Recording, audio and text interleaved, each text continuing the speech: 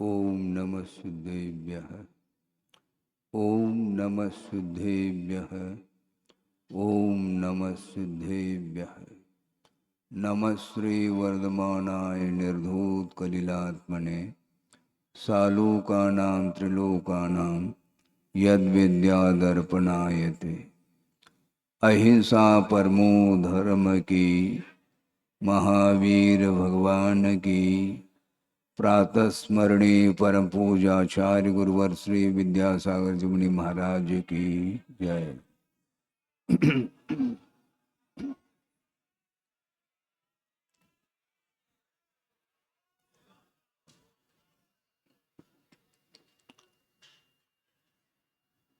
आज का यह पंचम दिन है।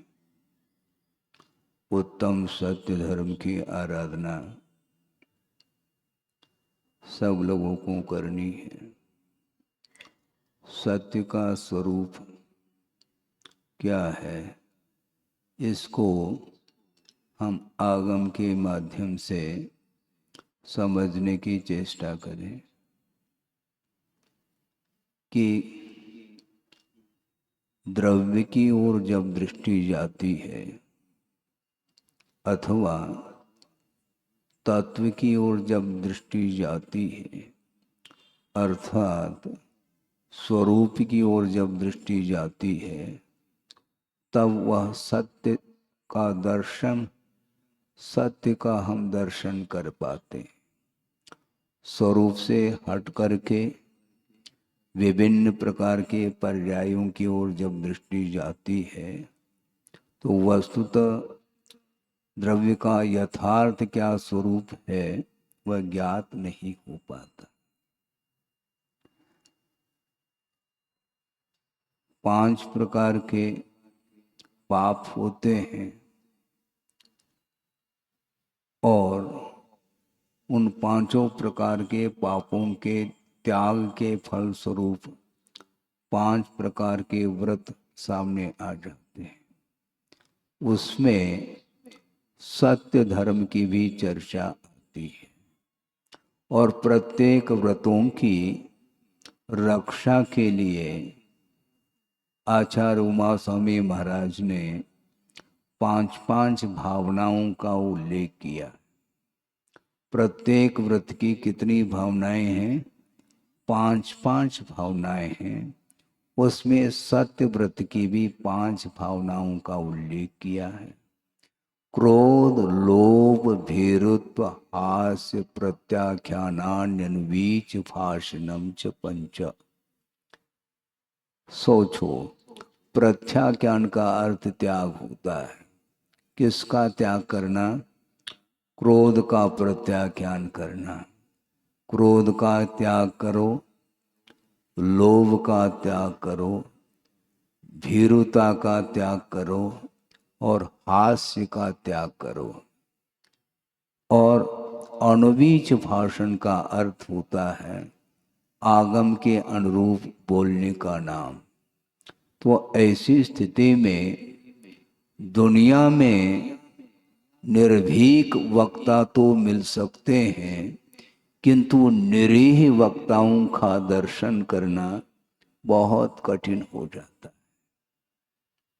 आवेश में आकर के कुछ भी बोला जा सकता है, किंतु वो क्रोध के आवेश में आकर के बोलने के फलस्वरूप उसके मुख से जो वचन निकलते हैं उनमें सत्यता का दर्शन देखने को नहीं मिलता। और क्रोध का त्याग करना इतना ही पर्याप्त नहीं, किंतु जिस वक्ता की आजीविका श्रोता के ऊपर निर्धारित है, तो वह वक्ता कभी भी सत्य का उद्घाटन नहीं कर सकता। उसके वचनों, उसके मुख से सत्य वचन निकल ही नहीं सकते, क्योंकि उसका जीवन स्वाधीन नहीं है। कदम कदम पर अपने प्रयोजन को शुद्ध करने के लिए वह आगम को भी साइड में रख सकता है, गुरु के वचनों को भी वह साइड में रख सकता है और वचनों का वह प्रयोग करता है और उसके माध्यम से, उन वचनों के माध्यम से न स्वयं का हित होता है न दूसरे का हित होता है। हित किससे होता है? बोलने से हित नहीं होता, ये ध्यान रखें। और गुरुदेव ने भी कई बार स्वाध्याय के दौरान उन्होंने स्पष्ट कहा है कि आगम में सत, आप ध्यान से सुनेंगे नहीं तो बहुत विकल्प हो सकते हैं। उन्होंने ये कहा गुरुदेव ने कि आगम में सत्य बोलने का प्रावधान नहीं है। महाराज आप ये क्या कहने जा रहे हैं? ठीक कह रहा हूं मैं बिल्कुल सावधान हो करके कह रहा हूं, क्योंकि गुरुदेव के वचन है, ये ध्यान रखो। आगम में सत्य बोलने का प्रावधान नहीं, किंतु असत्य नहीं बोलने का प्रावधान है। सत्य बोलने को किसने कहा है? क्योंकि बोलने मात्र से चारित्र का पालन होता है ऐसा नहीं है। और सबसे मुख्य प्रधान जो व्यक्तित्व को लेकर के मैं आपके सामने विचार रख रहा हूं, सबसे बड़े साधक कौन होते हैं? बोलो। हैं? हम पंचम काल में चारित्र का पालन कर रहे हैं, ध्यान रखो। सबसे वर्धमान चारित्र के जो धनी होते हैं वो कौन होते हैं? तीर्थंकर हुआ करते हैं। अन्य भी कोई साधक हो सकते हैं, किंतु मैं तीर्थंकर को आपके सामने इसलिए रख रहा हूं कि तीर्थंकर स्वयं दीक्षित होते हैं, क्योंकि उन्होंने पूर्व में तीर्थंकरों के पादमूल में ही षोडश कारण भावनाओं के माध्यम से तीर्थंकर प्रकृति का बंद किया था। और फलस्वरूप वर्तमान में वो तीर्थंकर बनने जा रहे हैं। और युग के आदि में वृषभनाथ हुए, उन्हीं को ले लें, कोई भी तीर्थंकर को ले लो, हमें कोई आपत्ति नहीं। वृषभनाथ भगवान सर्वार सिद्धि से उतरे हैं और उनकी उम्र कितनी है सबको ज्ञात है। 83 लाख वर्ष की उनकी उम्र है और वो वहां से निकले हैं। उनका यहाँ पर जन्म हुआ है। जन्म होने के उपरांत कालांतर में उन्हें वैराग्य उत्पन्न हो जाता है। मैं ज्यादा विस्तार नहीं करना चाहता हूं, क्योंकि समय को भी ध्यान में रखना है। और वे दीक्षित होते हैं और दीक्षित होने के उपरांत अखंड मौन धारण करके साधना करते हैं। महाराज फिर वो सत्य बोलते नहीं क्या? उन्हें बोलने की बात आने लगी। सत्य को बोलने से ही सत्य सामने आता है ऐसा नहीं है, किंतु अहिंसा धर्म की रक्षा जो होती है वह सत्य धर्म के माध्यम से होती है। इसको ध्यान में रखें। जो व्यक्ति आवेश में आकर के अपने प्रयोजन को शुद्ध करने के लिए वचनों का प्रयोग करता है, वह कभी भी अहिंसा धर्म की रक्षा नहीं कर सकता। उन वचनों के माध्यम से अहिंसा की रक्षा नहीं हो सकती। और 5 जो धर्म हैं, जिसको बोलते हैं अहिंसा, सत्य, अचौर्य, ब्रह्मचर्य और अपरिग्रह, ये जो 5 व्रत होते हैं, इनमें 4 जो धर्म हैं अहिंसा को छोड़ करके, वे चारों धर्म ये परिकर के रूप में हैं, ये शील व्रत के रूप में है, ऐसा आगमकारों ने कहा है। और अहिंसा धर्म प्रदान होता है। अहिंसा धर्म की रक्षा जो होती है वो अन्य 4 धर्मों के माध्यम से ही अहिंसा की रक्षा होती है। जो अहिंसा धर्म का पालन करना चाहता है, सूक्ष्म से सूक्ष्म रूप से वह हमेशा मौन धारण करना पसंद करता है। और तीर्थंकर दीक्षित होते ही उन्हें केवल ज्ञान को छोड़ करके लगभग सारी रिद्धियां प्राप्त होती हैं। समस्त रिद्धियों से संपन्न होने के उपरांत भी मौन खोल करके वो कुछ बोलना नहीं चाहते। क्योंकि बोलना इसलिए नहीं चाहते क्योंकि बोलते बोलते किसी को केवल ज्ञान न हुआ न होगा, ये ध्यान रखो। केवल ज्ञान जो होता है वो बोलने से नहीं होता, गुप्ति में लीन होने से ही केवल ज्ञान रूपी ज्योति जलती है, ये ध्यान रखे। उनको कोई आकुलता नहीं, प्रभु को दीक्षित हो गए हैं और समस्त रिद्धियों से संपन्न होने के उपरांत उनके मन में बोलने की आकुलता नहीं। गुरुदेव ने कहा था बोलने की भी बहुत बड़ी आकुलता होती है। हाँ, बोलने की बहुत बड़ी आकुलता होती। और उन्होंने यहां तक कहा कि एक सुख की आकुलता और एक दुख की आकुलता, दोनों प्रकार की आकुलता, ये ध्यान रखें। दुख उत्पन्न होता है तो दूसरे के सामने उस दुख को व्यक्त करता है तो वह अपने आप को हल्का महसूस करता है? इतना ही नहीं, सुख को भी पचाना बहुत कठिन है बंधुओं, ये ध्यान रखो। यदि मान लो साथा के उदय में बहुत वैभव मिला है, अच्छा सुख का अवसर प्राप्त हुआ है और जो सुख की अनुभूति हो रही है उसको भी वह दूसरे के सामने रखना चाहता, ये सुख की आकुलता मानी जाती है। और ये आकुलता ही संसार के लिए कारण माना है। इसलिए जो प्रभु होते हैं, तीर्थंकर होते हैं, दीक्षित होने के उपरांत भी दीर्घ काल तक साधना में वो लीन रहते हैं। सत्य धर्म का पालन करते हैं कि नहीं महाराज?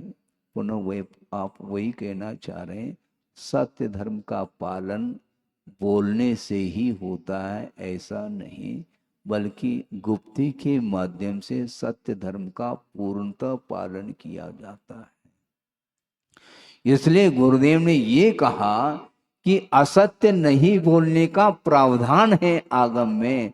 संसारी प्राणी कदम कदम पर छोटे छोटे बातों को लेकर के वह असत्य का सहारा लेता है। इसलिए सत्य धर्म का पालन उसके द्वारा संभव नहीं है।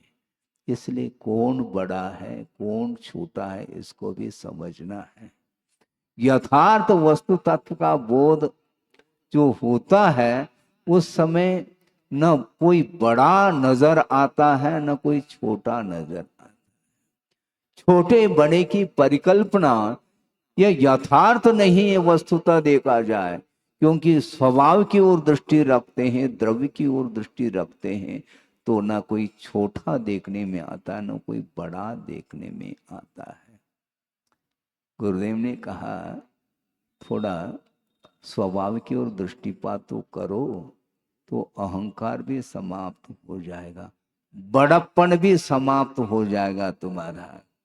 उनका ये कहना था कि द्रव्य दृष्टि से बड़ा कौन है, क्योंकि प्रत्येक जीव अनंत काल से आ रहा है और वो उसका अनंत काल तक वह परिणमन बना रहेगा।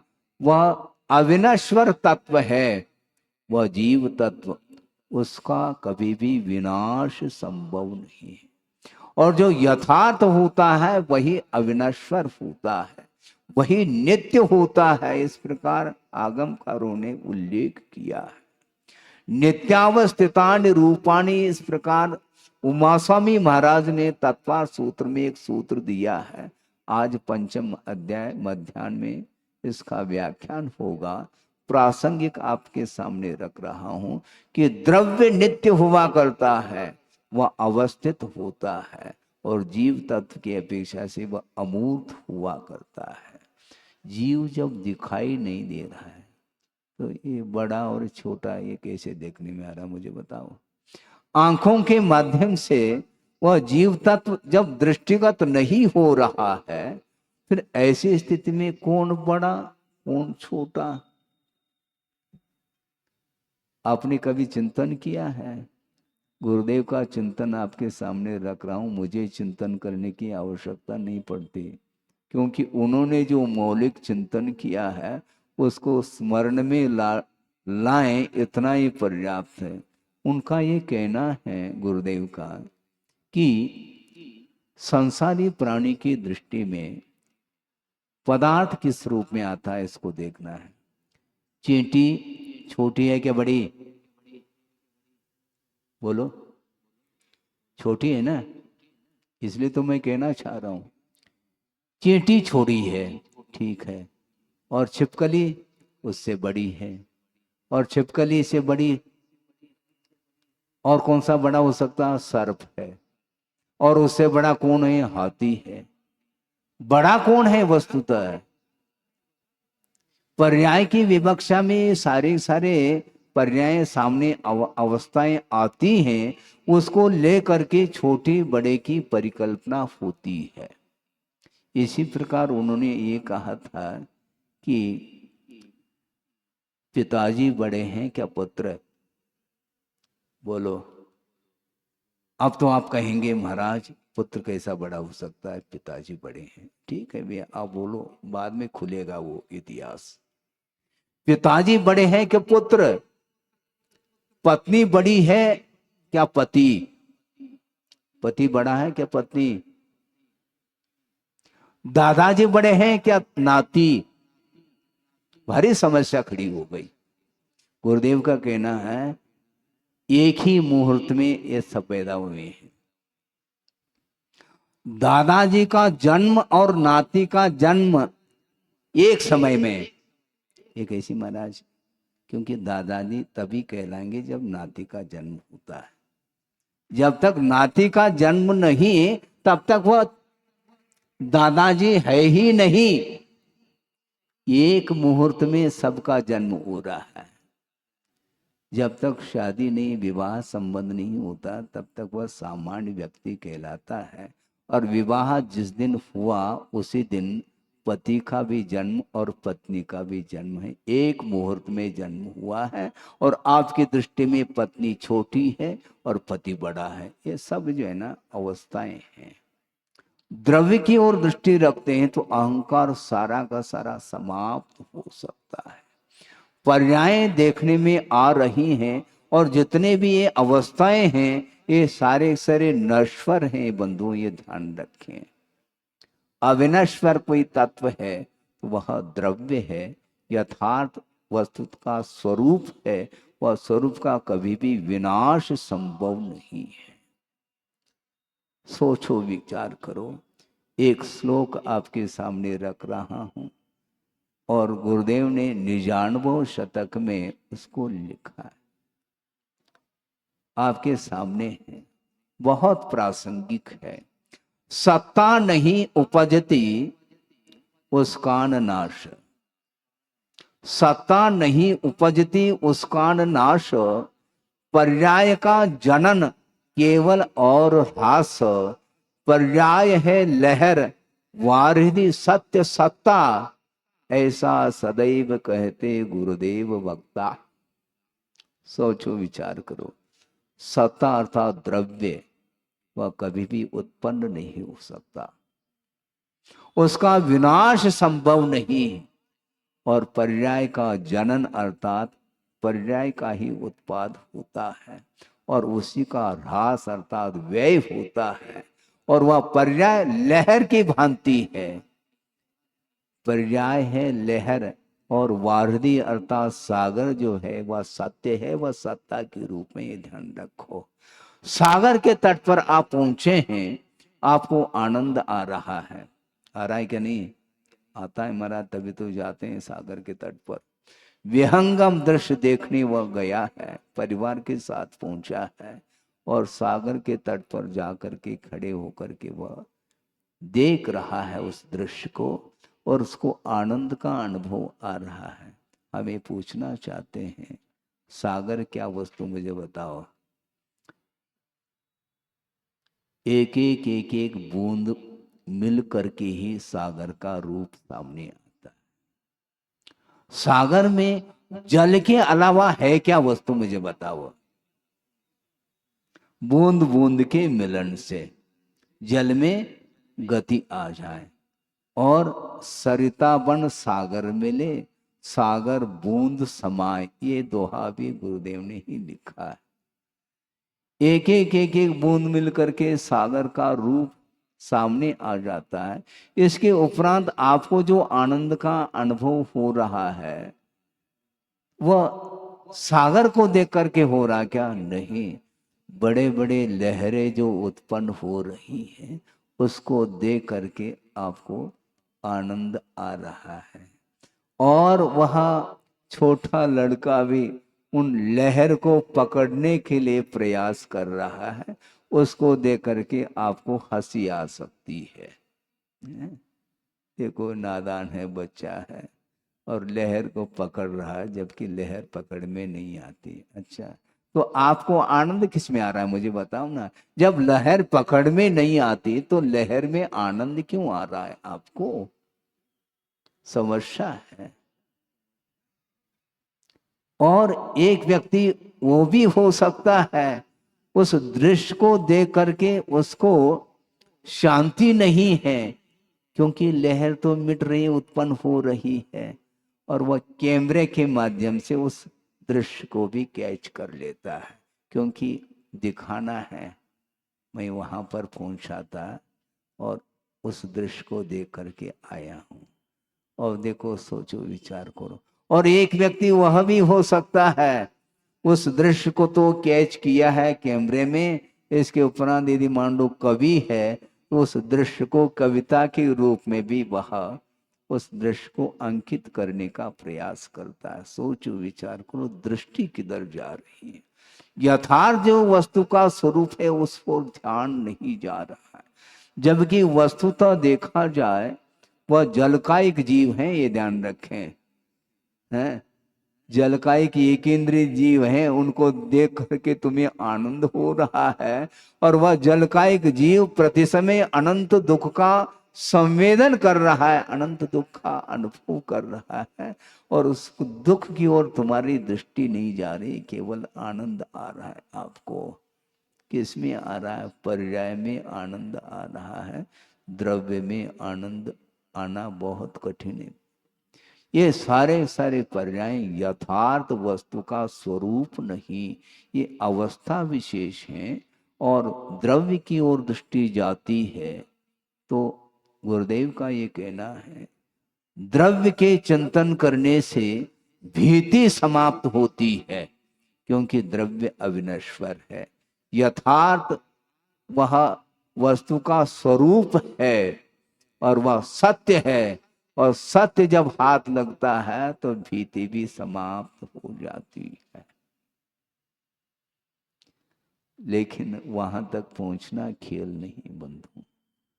सारे सारे कषायों का शमन किए बिना सत्य का दर्शन संभव नहीं। कल शौच धर्म के बारे में आपने सुना, जब तक मन में पवित्रता नहीं आती तब तक सत्य का दर्शन कैसे करोगे आप? और आज सत्य का दर्शन करना चाहो तो कल आपने मन को पवित्र बनाया क्या? नहीं। यदि आपका मन पवित्र नहीं है तो सत्य हासिल नहीं हो सकता, क्योंकि सत्य मात्र कथन करने योग्य वस्तु नहीं, वह संवेद्य है, संवेदन करने योग्य है, महसूस करने योग्य वह धर्म है आत्मा का। बहुत कठिन होता है वर्णन करना, फिर भी सरल हो सकता है, किंतु महसूस करना बहुत कठिन है।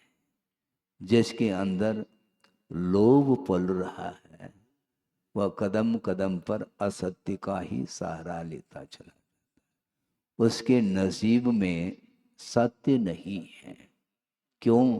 क्योंकि लोभ है, और लोभ के कारण ही मन में अपवित्रता आती है, उसकी आंखें मिच जाती हैं और वह पर वस्तु के प्रति आकर्षित होता हुआ उसके ऊपर और अधिकार जमाने का एक भाव और रखता है। षटखंड अधिपति कौन है? वो चक्रवर्ती है। अच्छा, तीन लोग के नाथ बनने में आनंद नहीं आता है क्या उनको? है? तीन लोग के नाथ बनो ना, प्रभु बनो, किंतु चक्रवर्ती में आनंद आता है। और सोचो, विचार करो, तीन युद्धों में हारने के उपरांत भी अभी भी उसके अंदर सत्य देखने में नहीं आया। तीन युद्धों में हारने के उपरांत भी अपने ही छोटे भाई जो बाहुबली हैं, उनके ऊपर चक्र चलाने का भाव जागृत हो रहा है। क्यों? उसका अपमान हुआ है बाहुबली के द्वारा, है बाहुबली के द्वारा इंसल्ट हुआ है, और वो तिलमिला गया है। वो किसी भी प्रकार से इसको समाप्त कर दिया जाए। किसको समाप्त करते हो? द्रव्य को समाप्त कर सकोगे क्या? तुम बाहुबली के ऊपर चक्र चलाओ, ठीक है, वह समाप्त हो जाए, हो भी सकता है और नहीं भी हो सकता है, क्योंकि वह बाहुबली है और चक्र का प्रभाव अपने परिवार वालों के ऊपर नहीं पड़ सकता। ये तक भान नहीं रहा किसको? चक्रवर्ती को। क्योंकि सत्य की ओर दृष्टि जाए तब तो ये सब भान आ सकता है। सत्य ओझल हुआ है। सोचो, विचार करो, उसके अंदर अहिंसा के भाव नहीं आ सकते। जिसके अंदर सत्य है उसके अंदर अहिंसा धर्म भी वहीं पर पलता रहता है। भाव हिंसा भी होती है, द्रव्य हिंसा भी होती है। द्रव्य हिंसा से ऊपर उठने के उपरांत भी भावों में यदि हिंसा बनी रहती है तो कभी भी वह सत्य का दर्शन नहीं कर सकता। ये सिद्धांत है। अहंकार भी अभाव को प्राप्त होना चाहिए, क्योंकि कल परसों ही हमने बात कही थी, ये जितने भी धर्म हैं ये एक दूसरे के साथ संबंध को लिए हुए हैं। ये अखंड धर्म है, ये ध्यान रखो।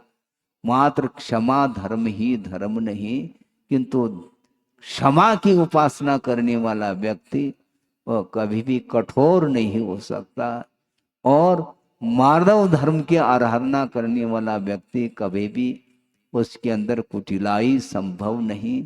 आर्जव धर्म की उपासना करने वाला जो व्यक्ति होता है उसका मन हमेशा निर्मल रहता है, पवित्र रहता है, और जिसका मन पवित्र है उसके वचनों में भी पवित्रता आती है।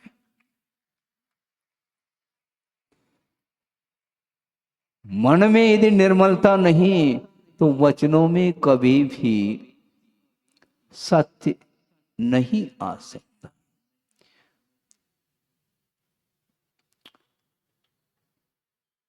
आचार्यों ने ये लिखा है कि धारयन्त्यमृतम वाची हृदय हालाहलम विषम, ऐसा कहा।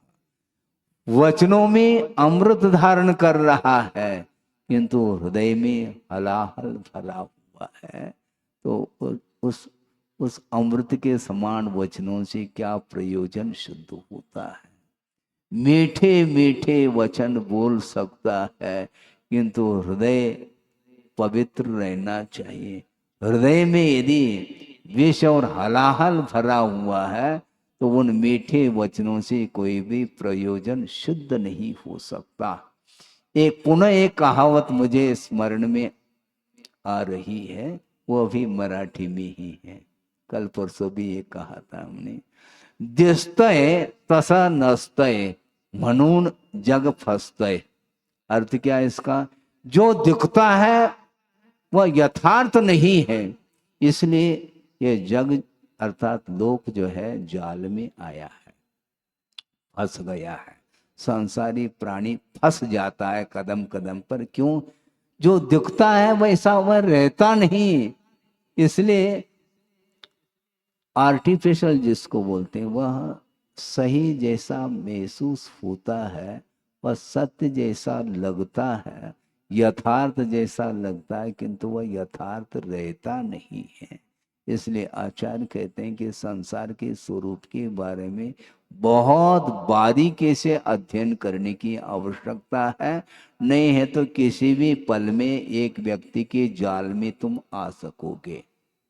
हाँ, जिसके अंदर कुटिलता है उसके जाल में एक भोला भाला व्यक्ति आकर के फंस सकता है। इसलिए दिसते तस नसते, जो देखने में आ रहा है वह वैसा रहता नहीं। यथार्थ वस्तु का जो स्वरूप है वह द्रव्य की अपेक्षा से यथार्थता देखने में आती है, और विभिन्न प्रकार के जो पर्याय हैं उसमें वो उलझता चला जाता है। इसलिए वह संसार से ऊपर नहीं उठ सकता। इसलिए सत्य को आत्मसात करने के लिए अहंकार को भी साइड में रखना होगा, ये ध्यान रखो। एक प्रसंग आपके सामने सुना रहा हूं, पढ़ा था इसलिए कि एक हाथी है, वह मस्त चाल से चल रहा है और उसके पीठ पर एक मक्खी बैठी है।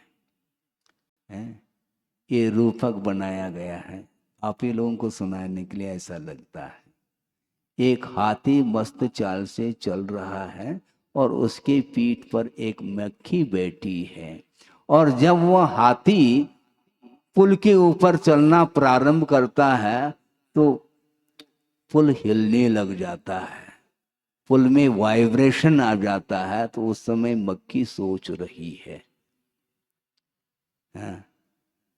मक्खी क्या सोच रही? वैसे मक्खी सोच नहीं सकती क्योंकि वो चौरेंद्री है। इसके उपरांत भी रूपक बनाया। मक्खी ये सोच रही है कि इन दोनों में काफी हमारे पास बल आया है, क्योंकि प्रतिदिन हलवाई के यहाँ जा करके मिठाई के ऊपर मैं बैठती हूँ, उसके माध्यम से काफी बल आया है। शायद हो सकता है इस बल के कारण ही पुल में वाइब्रेशन आ रहा है।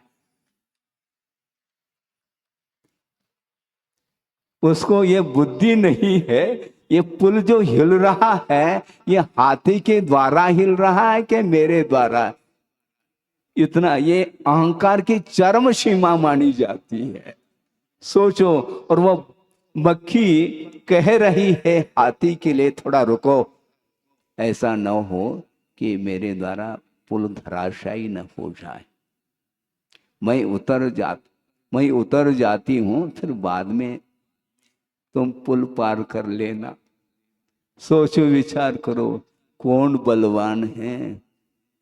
सत्य क्या है इसमें?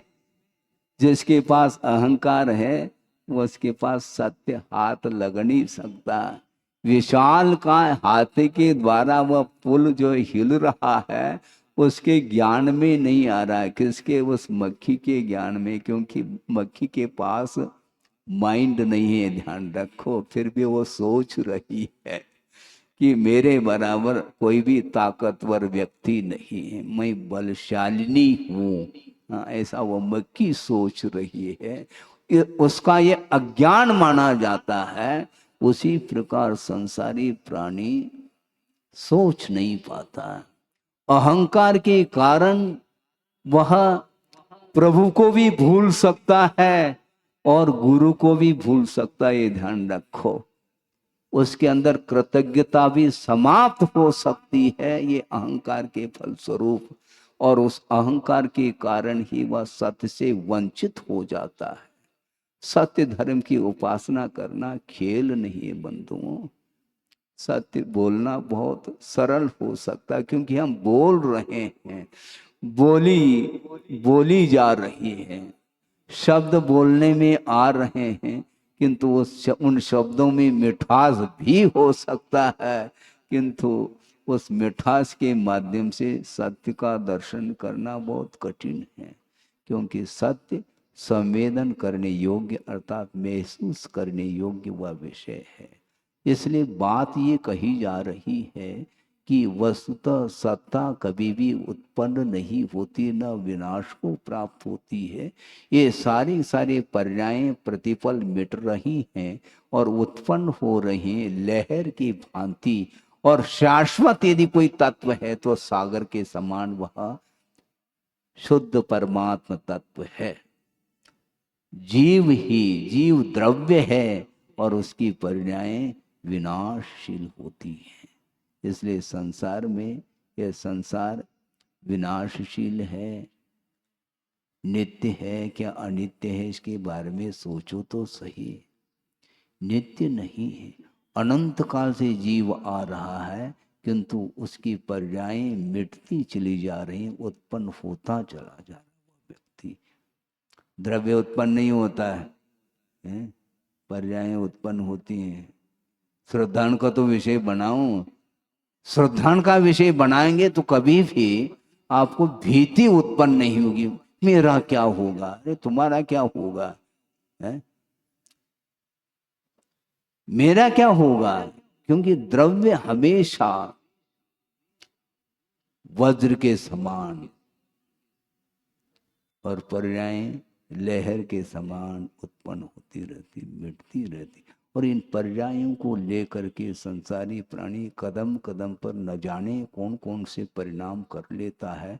छोटे बड़े की परिकल्पना भी उसके अंदर आती चली जाती है, किंतु वस्तुतः सत्य तो सत्य होता है, यथार्थ होता है। वो एक प्रसंग आपके सामने रख रहा हूं।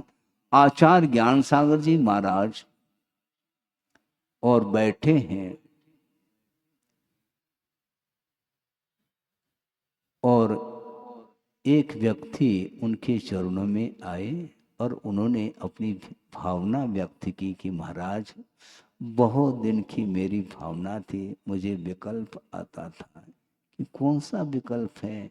मैं ये जानना चाहता हूं कि महाराज आपको दीक्षित होकर के कितने वर्ष हुए हैं। सुन रहे हैं आप? क्या पूछा उन्होंने? महाराज आपको दीक्षित होकर के कितने साल हुए हैं? तो आचार्य ज्ञानसार महाराज ने कहा कि वर्ष तो छोड़ो, अभी अभी मैं दीक्षित होकर के बाहर आया हूं। आपको बात समझ में आ रही है? नहीं आ रही तो मैं रख रहा हूं उस विषय को। बगल में आचार्य महाराज थे, उन्होंने उस बात को पकड़ ली।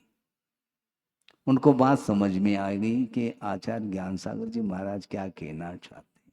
अभी अभी मैं दीक्षित होकर के बाहर आया हूं, इसका अर्थ ये है भीतर प्रतिक्रमण करके बाहर आकर के बैठे हैं, इसी का नाम दीक्षा है।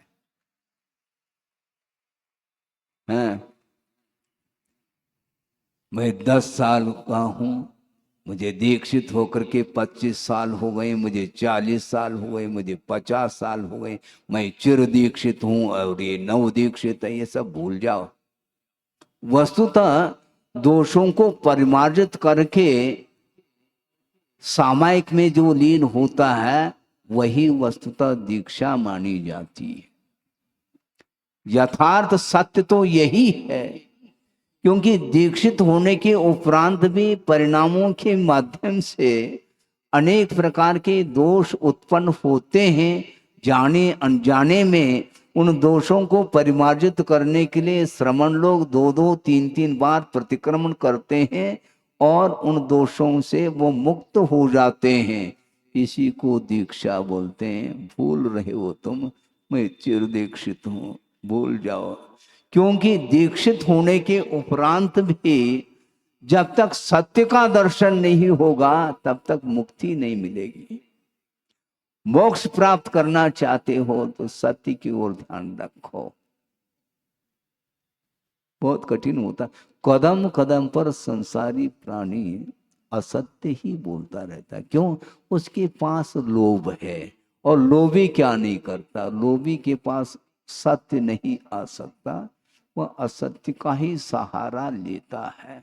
लेते रहो, हमें क्या करना है। आचार्य कहते हैं अनंत काल से करते आए हो और कितने काल व्यतीत करना चाहो, बहुत कठिन होता है।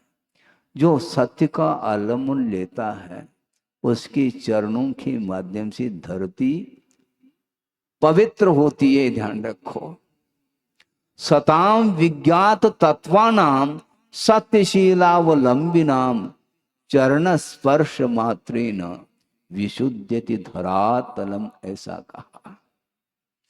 सत्पुरुषों के माध्यम से, सत्पुरुष कौन होते हैं? जिन्होंने तत्व को जान लिया है और सत्य और शील का जिन्होंने आलम्बन लिया है, वे ही सत्पुरुष माने जाते हैं। उनके चरणों के स्पर्श से ये धरती पवित्रता का अनुभव करती है। आज आप लोग भी वहां पर जाते हैं, कहां पर? तीर्थराज समेत शिखर, वहां पर जाते ही अपने आप परिणामों में पवित्रता आती है। क्यों आती है? वहां पर उस स्थान से अनंत जीव मोक्ष को प्राप्त हुए हैं जिन्होंने सत्य की आराधना की है। जिस स्थान पर सत्य की आराधना की है वह स्थान पवित्र न हो तो और कौन सा स्थान पवित्र हो सकता है? होता है क्या? नहीं हो सकता।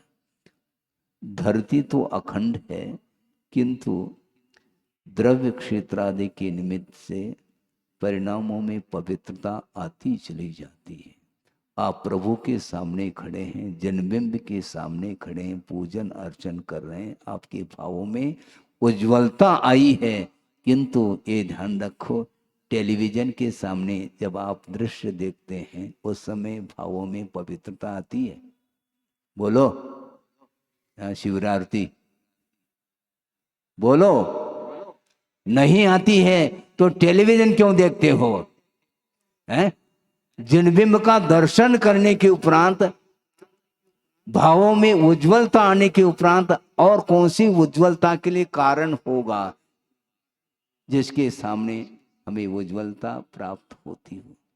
राग के दृश्य देखने से कभी भी भावों में उज्ज्वलता नहीं आ सकती। इसके उपरांत भी बहुत कठिन होता है। अन्यत्र पवित्रता नहीं आ सकती। ये कहना बहुत आसान है, किंतु मोबाइल और टेलीविजन के माध्यम से रात दिन भर राग का दृश्य देखता है। हमने सुना है, क्योंकि हमने तो देखा ही नहीं, ना टेलीविजन देखा ना मोबाइल देखा। सोचो, विचार करो। सुनते हैं रात के 12, 1, 2 बजे तक भी प्रोग्राम देखते रहते हैं, बताते हैं। सत्य बोल रहा है क्या? नहीं मैं, हाँ, असत्य तो नहीं बोल रहा हूं, क्योंकि सत्य धर्म ही ध्यान रखो, क्योंकि हमने आप ही लोगों के मुख से सुना है।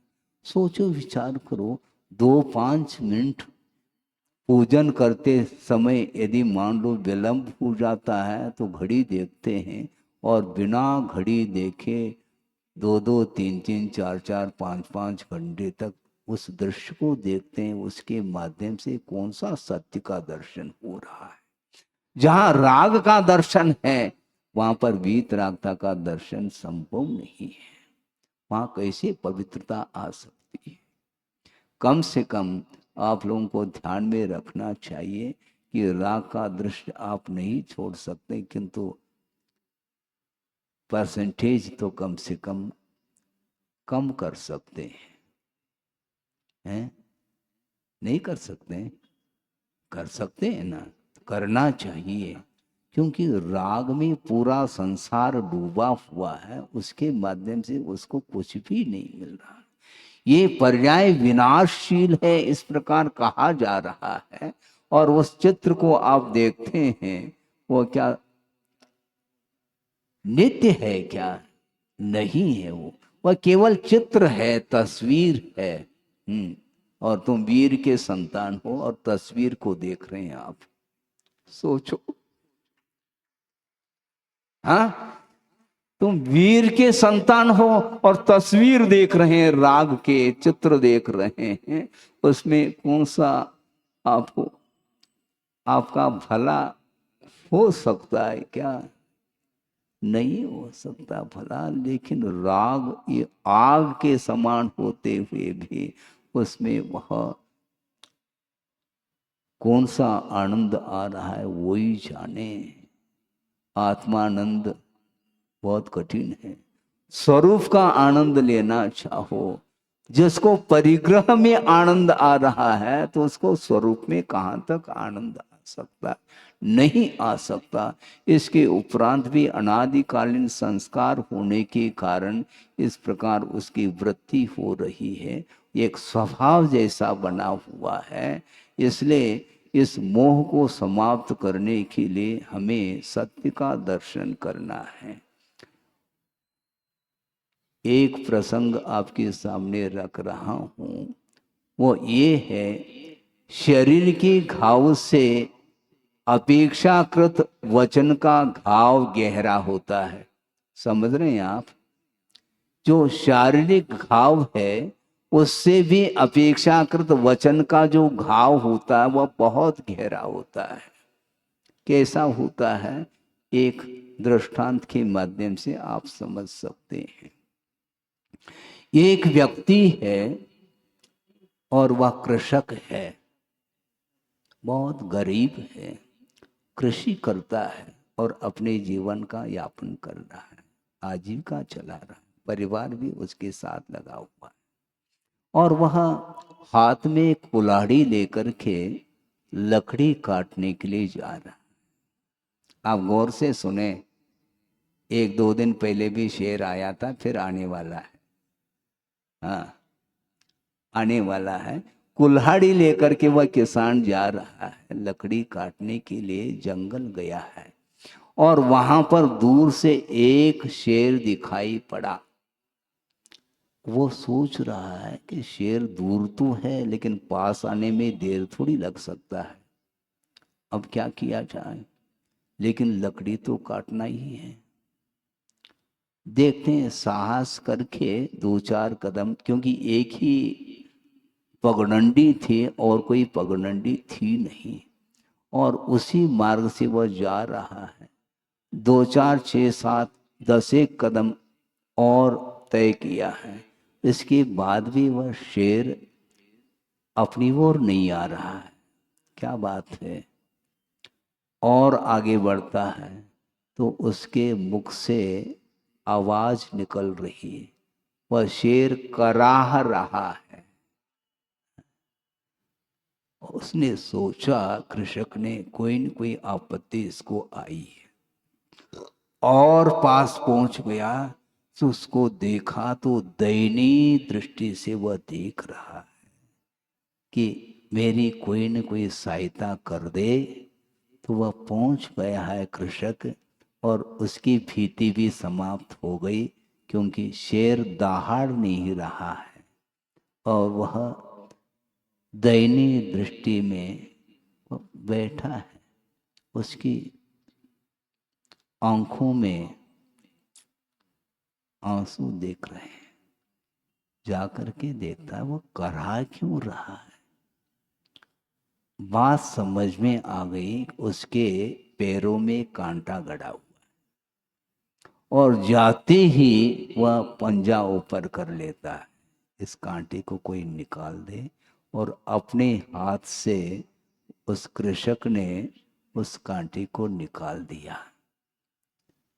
अब वह शेर अब शेर नहीं रहा, उसके अंदर कृतज्ञता झलक रही है, इसलिए उस कृषक के ऊपर वह दहाड़ नहीं रहा है, भक्षण के भाव नहीं उसके अंदर। और वह शेर कृषक के लिए कह रहा है, बहुत बड़ी कृपा हो गई मेरे ऊपर तुम्हारी, अब तुम जो चाहो वो मैं दे सकता हूं, मैं आपके लिए भी सहायता पहुंचा सकता हूं। आप यदि मान लो संकट का अनुभव करते हैं तो मैं भी उस संकट को दूर कर सकता हूं। और वह शेर बोल रहा है कृषक के लिए। और वह कृषक ने कहा, मैं संकट में तो हूं, लेकिन उस संकट को तुम कैसे दूर करोगे? तुम्हारे पास है क्या दूर करने के लिए? मैं तो कृषक हूं, कृषि करके मैं जीवन यापन कर रहा हूं, और तुम्हारे पास है क्या जो मेरे ऊपर तुम उपकार कर सको या कुछ दे सको, मेरे संकट को दूर कर सको? नहीं, आप जो कहोगे उसके लिए मैं तैयार हूं। तो कृषक ने कहा कि देखो, मेरी बेटी की शादी है? समझ रहे हैं आप? क्योंकि शादी विवाह का विषय तो बहुत जल्दी समझ में आ जाता है, सिद्धांत का भले ही ना आए, बात अलग है। उस कृषक ने कहा कि मेरी बिटिया की शादी है, और शादी ठाट बाट के साथ करना तो है, लेकिन मेरे पास क्या अर्थ नहीं है, पैसा नहीं है, संपदा नहीं है, मैं क्या कर सकता हूं? उस शेर ने कहा, घबराओ नहीं, जितनी संपदा चाहो तो वह मैं दे सकता हूं। कहाँ? आगे तो बढ़ो, मैं दे रहा हूं। और उस कृषक को ले जाता है वह शेर, कहाँ पर? गुफा में, पास में गुफा, और जा करके उसको दिखाता है, ये संपदा, ये स्वर्ण की गहने हैं, आभरण हैं, जितना लेना चाहो तो ले ले। अच्छी बात है। और उस कृषक ने ले लिया और वापिस हो रहा है। उस समय शेर के लिए कृषक कह रहा है, क्या कहता है कि देखो, बेटे की शादी है, उसमें तुम भी आ जाना। हाँ, वह निमंत्रण दे रहा है उस शेर के लिए, मेरी बिटिया की शादी में तुम भी आ जाओ, हमें खुशी होगी। अच्छी बात है। और वह कृषक चला जाता है, और वह शेर भी 2-4 दिन के बाद उसकी शादी में वह पहुंच जाता है। जिस दिन शादी थी और वो पहुंच गया है, काफी लोग वहां पर एकत्रित थे, और उस शेर को देख करके भयभीत होने लगे हैं। और वह कृषक जो है, वह शादी के कार्य में व्यस्त था, और वह देखने में नहीं आया वहां पर, और शेर आया हुआ है। सारे लोग भयभीत हो रहे हैं, किंतु उस कृषक के कुछ जो साथी थे, उन्होंने कहा सब लोगों को, तुम क्यों घबरा रहे हो? इतनी डरने की क्या आवश्यकता है? लोगों के लिए वो कह रहे हैं। कृषक के साथी लोग 2-4 लोग थे, होते तो ही। उन्होंने कहा, तुम डरते क्यों हो? सब लोगों के लिए बोल रहा है, ये शेर थोड़ी है, ये शेर नहीं है, ये गधा है ये। अच्छा। गधा कहते ही शेर वापिस चला है। गधा कहते ही शेर वापिस चला गया, और शादी हो गई। होने के उपरांत वह कृषक सोच रहा है, हमने कहा था, शेर को निमंत्रण दिया था, किंतु शेर आया क्यों नहीं? शादी में उसको हमने निमंत्रण दिया था, भूल तो नहीं गया? दिख नहीं रहा, क्या बात है? कोई बात नहीं, नहीं आया हो। लेकिन शेर लौट गया, क्यों? गधा कहते ही वो लौट गया। अब 2-4-6 दिन बाद वह कृषक जा रहा है, कहाँ पर? वहीं पर कुल्हाड़ी हाथ में लेकर के जा रहा जंगल, और वहां पर शेर दिखाई पड़ा। जा करके उसके पास पहुंच गया, क्यों, क्या बात है? कोई गलती हो गई क्या मेरी? आप आए नहीं? शादी में निमंत्रण तो मैंने दिया था, आप क्यों नहीं आए? नहीं नहीं, मैं आया था, लेकिन वापस क्यों गए आप?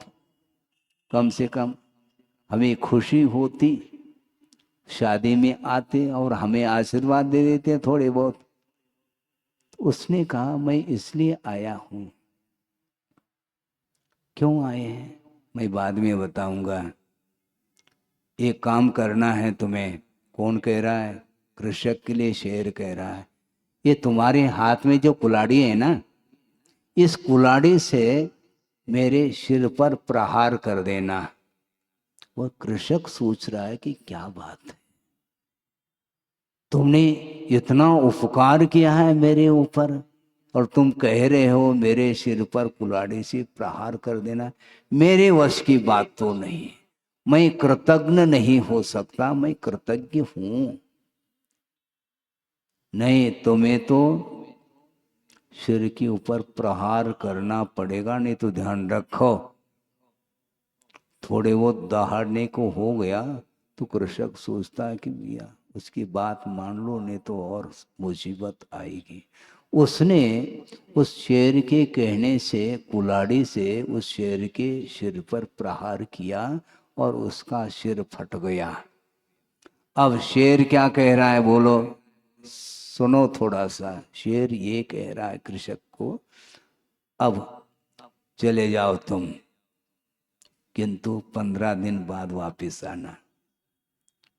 वो कृषक समझ नहीं पा रहा है, लेकिन क्या कर सकता है। चला गया कृषक और 10-15 दिन बाद वापस आ गया शेर के पास। और शेर ने कहा कि सिर में घाव है क्या, थोड़ा देख लेना। नहीं, सिर में घाव तो है नहीं, घाव तो भर गया। हाँ, ये घाव तो शरीर का घाव था, ये भर तो गया, लेकिन इससे भी बहुत गहरा घाव है। कौन सा घाव है? लोगों ने कहा था ये शेर नहीं ये गधा है।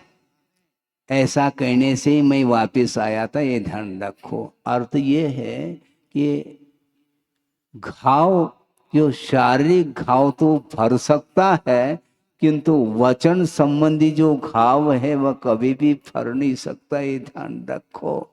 हम बोलते तो हैं किंतु कैसे बोलते हैं दूसरा तिल मिला जाए। इसको बोलते हैं वचन संयम नहीं है। ये वचनों में संयम होना चाहिए। मैंने पहले ही कहा था कि अहिंसा धर्म की रक्षा जो होती है वह सत्य धर्म के माध्यम से अहिंसा की रक्षा हो सकती है। बहुत कठिन है। ये छोटे छोटे दृष्टांत जिन्होंने भी लिखा होगा उनकी बुद्धि तो दौड़ रही है, किंतु सत्य का दर्शन करना, व्याख्यान फिर भी सरल है। इससे भी अच्छे साहित्यिक शैली में कोई भी प्रवचन कर सकता है और टाली के ऊपर टाली बज सकती है, किंतु सत्य धर्म फिर भी वह दूर रह सकता है, क्योंकि सत्य का व्याख्यान नहीं कर सकते। सत्य महसूस करने की चीज है। हम कदम कदम पर दूसरे के प्रति जो वचनों का व्यवहार करते हैं उसमें संभल करके करना चाहिए, क्योंकि वाक संयम बहुत बड़ा संयम माना जाता है। हाँ, वाक संयम रहना चाहिए। नहीं है तो कुछ का कुछ बोलोगे, निश्चित रूप से अनर्थ ही घटित होने वाला है। एक अक्षर भी हो वह श्रेष्ठ माना जाता है। कैसा, ये भी लिखा है आगम में। आप पढ़ते कहाँ हैं? पढ़ने के लिए फुर्सत कहाँ है महाराज? हाँ ठीक है, पढ़ने में फुर्सत नहीं आपके लिए, बहुत व्यस्त हैं। काय में व्यस्त हैं आप ही जानो, हैं? संसारी प्राणी व्यस्त हैं। आचार्य कहते हैं एक अक्षर भी श्रेष्ठ है, ऐसा कहा। वरम एकाक्षरम ग्राह्यम, ऐसा कहा। एक अक्षर भी वह श्रेष्ठ है, ग्रहण करने योग्य है। वरम एकाक्षरम ग्राह्यम सर्वसत्वानुकंपनम, समस्त जीवों के प्रति दया उत्पन्न करने वाला जो वचन है वह श्रेष्ठ माना गया है। वरमेकाक्षरम ग्राह्यम सर्वसत्वानुकंपनम न त्वक्षपोषकम पापम कुशास्त्रम धूर्त चर्चितम, ऐसा कहा है। अक्ष पोषण अर्थात इंद्रियों का पोषण करने वाला जो शास्त्र है वह कुशास्त्र है, वह धूर्त चर्चितम ऐसा कहा है। वह ग्राही नहीं, वह श्रेष्ठ नहीं है। बहुत अच्छे अच्छे शब्दों के प्रयोग कर रहे हैं, किंतु जिन वचनों के माध्यम से दूसरे का यदि हित नहीं हो रहा है, वह वचन हमारे लिए सत्य कैसे सिद्ध हो सकते हैं। यथार्थ वचन बोलिए, एक ही शब्द बोलो, नपे तुले शब्द होना चाहिए। सार्थक बोलो, व्यर्थ नहीं, साधना सो छोटी नहीं। यही कहा है ना। हाँ, हाइकू है ये, गुरुदेव ने कहा, फिर से दोहराएं क्या? सार्थक बोलो, व्यर्थ नहीं, साधना सो छोटी नहीं। हम दिन भर बोल रहे हैं, बोलती बंद ही नहीं होती, किंतु सार्थक कहां बोल रहे हैं। निरर्थक वचन कभी भी सत्य नहीं हो सकते। यहां तक मूलाचार आदि ग्रंथों में कहा है आचार्यों ने, कोई ये कह दे कि महाराज मैं भाषा समिति से बोल रहा हूं, मैं भाषा समिति के अनुरूप बोल रहा हूं, बहुत अच्छी बात है, लेकिन मात्रा सुधारो। कितना बोलना चाहते हो? भाषा समिति के अनुरूप बोलते हुए भी अत्यावश्यक हो तो बोलना चाहिए, नहीं तो मौन धारण कर लेना चाहिए। हाँ, सहेतुक बोलना चाहिए, निर्हेतुक नहीं। निष्प्रयोजन जो बोल रहा है, उस बोली से कोई भी सार्थकता सिद्ध नहीं होती है। थोड़ा बोलो, किंतु जिसमें आत्मा का हित हो, स्वयं का भी हित हो और पर का भी हित हो। इस प्रकार हितपरक वचनों का प्रयोग हमारे लिए एक प्रकार से हितकारी सिद्ध होता है। वचन बोलते रहते हैं और व्यंगात्मक भी बोलते रहते हैं, कटाक्ष करते रहते हैं, व्यंग आदि करते रहते हैं। जो व्यंग करेगा फिर उसका अंग भंग होगा, ये ध्यान रखो। वह भविष्य में वह विकलांग होगा, क्योंकि जो व्यंग कस रहा है ना, उसको अंग नहीं मिलेंगे, ध्यान रखो। है मुख है बोलने के लिए, कुछ भी बोलते चले जाओ, ऐसा नहीं। आगम के अनुरूप हित मिष्ट वचनों का प्रयोग करना चाहिए, जिसके माध्यम से दूसरे का हित हो सकता है। हित करने के लिए बोलना चाहिए, वरना नहीं बोलना चाहिए।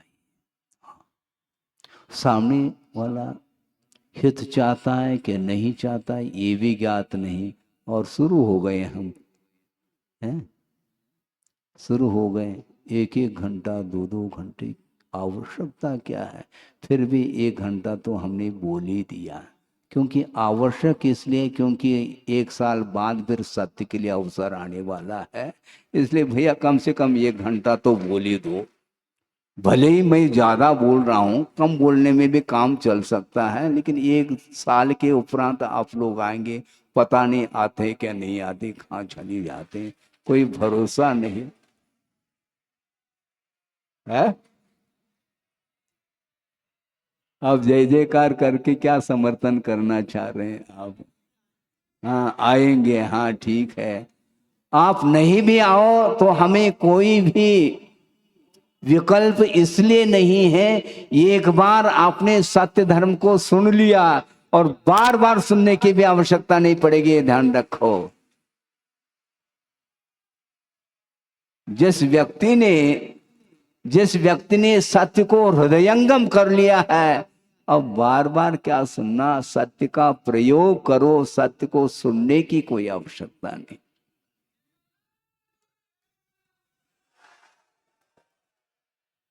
बहुत कठिन होता है। कठिन इसलिए होता है कि हमारी अपेक्षाएं जो ना वह निरंतर बढ़ती चली जा रही है, और अपेक्षाओं की पूर्ति के लिए वह हमेशा जो है सत्य को भूलता जा रहा है। हाँ, सत्य को जो जितना व्यावहारिक होगा उतना ही वह सत्य का पालन नहीं कर पाएगा। तो महाराज आप भी तो व्यवहार में आते हैं? शुरू हो गए आप? हाँ, हमारे शब्दों को हमारे लिए दे रहे हैं आप। जो जितना व्यवहारिक होगा वह उतना वो सत्य का पालन संभव नहीं है। किंतु व्यवहार में जो सत्य आता है वह समीचीन यदि व्यवहार करता है तो वह उसके अंदर सत्य पल रहा है, ये निश्चित बात है। हाँ, क्योंकि वह व्यवहार ही निश्चय के लिए कारण सिद्ध होता है। निश्चय के लिए कारण यानी ध्यान के लिए, गुप्ती के लिए वह सत्य कारण सिद्ध होता है। गुप्ती अंतर्मूर्तवर्ती हुआ करती है और उसके उपरांत पुनः वह बाहर आना पड़ता है। बाहर आने की इच्छा नहीं है साधक की, किंतु गुप्ती अंतर्मूर्त के उपरांत या तो उस ध्यान के माध्यम से केवल ज्ञान ले लो, नहीं है तो पुनः वापस बाहर आना पड़ता है। तो आचार्य कहते हैं बाहर आ भी जाओ तो भी बहुत सावधानी के साथ प्रवृत्ति करना, सावधानी के साथ वचन व्यापार करना, नहीं है तो पुनः ध्यान में प्रवेश करना संभव नहीं है। इसलिए बहुत अल्प बोलते हैं। गुरुदेव ये कहते हैं कि कम बोलो तो ज्यादा अच्छा, न बोलो तो और ज्यादा अच्छा। अत्यावश्यक होना, अनिवार्य नहीं बोलना, आवश्यक हो तो भाषा समिति के अनुरूप बोलें और निरंतर जो ने अपनी साधना में रत रहें। इस प्रकार श्रवण संघ के लिए गुरुदेव ने उपदेश दिए हैं। निरंतर श्रवणों के प्रति उन्होंने जो उपकार किया है वह न भूतो न भविष्यति दूसरा नहीं कर सकता। हाँ, दूसरा कर ही नहीं सकता। और आत्म कल्याण करते हुए विश्व का कल्याण उन्होंने किया है और हम कल्याण करने जा रहे हैं दूसरे का। क्या कल्याण कर पाएंगे हम? हैं? हम इतना समझते हैं कि हम स्वयं का आत्म कल्याण हो जाए तो बड़ी उपलब्धि होगी। उनकी साधना अद्भुत साधना थी, उनकी मन की एकाग्रता अद्भुत थी। हम कदम कदम पर हमारी चंचलता कभी छूटती नहीं, हम एकाग्र नहीं हो पा रहे। कोई कहता महाराज हमारा मन स्थिर नहीं हो पाता, उनको कहते हैं तुम्हारा मन स्थिर है, ध्यान रखो। ये कैसे महाराज? कहीं ना कहीं स्थिर है। और क्या, आपका मन जो है ना, जहां स्थिर होना चाहिए वहां पर स्थिर नहीं हो पा रहा, जहां नहीं होना चाहिए वहीं पर एकाग्र है आपका मन, ये ध्यान रखो। विषयों में संसारी प्राणी का निरंतर मन लगा हुआ है।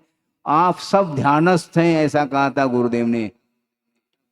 दोहरा रहा हूं मैं उनके वचनों को। उन्होंने प्रवचन में कहा था गुरुदेव ने, आप सब ध्यानस्थ हैं। कैसे महाराज? आर ध्यान रौद्र ध्यान छूटता ही नहीं। आर ध्यान रौद्र ध्यान छूटता नहीं, बल्कि धर्म ध्यान कमजोर है, ये ध्यान रखो। थोड़े समय के लिए धर्म ध्यान होता है, पुनः वापस वह आर ध्यान में आ जाता है। यहां तक उन्होंने कहा था कि आप सभी वीतरागी हैं। इसको भी सिद्ध किया था उन्होंने। कैसे महाराज? हम कैसे वीतरागी? क्योंकि आत्मा के प्रति आपका राग है ही नहीं। आत्मा के प्रति आपका राग है ही नहीं, इसलिए आप वीतरागी हैं। और हम रागी इसलिए हैं क्योंकि आत्मा के प्रति हमारा अनुराग है, इसलिए हम रागी सिद्ध हो गए और आप वीतरागी सिद्ध हो गए। सिद्ध करना है तो किसी भी तरीके से सिद्ध किया जा सकता है, इसमें कोई शक नहीं है। इसलिए वस्तुतः राग का अभाव करना चाहो तो कम से कम लोभ को आप समाप्त कर दो, और लोभ के अभाव में ही सत्य का दर्शन हो सकता है। सभी लोग सत्य की उपासना करते रहें, और उपासना करते करते सत्य का एक बार यदि दर्शन होता है तो सारा सारा संसार समाप्त हो सकता नहीं है, तो अपना संसार तो समाप्त हो सकता है। इसलिए संसार से ऊपर उठने के लिए ही ये 10 लक्षण धर्म की आराधना की जाती है। निरंतर धर्म की आराधना करते हुए कर्मों से ऊपर उठने का पुरुषार्थ करेंगे तो निश्चित रूप से वह कर्म से अतीत तीन प्रकार के जो शरीर हैं, द्रव्य कर्म, भाव कर्म और मोह कर्म, इस प्रकार तीनों प्रकार के शरीरों से अतीत होकर के ऊपर उठ करके अनंत सुख का अनुभव करने का अवसर प्राप्त हो सकता है। वो सबको इस पवित्र भावना के साथ अहिंसा परमो धर्म की जय।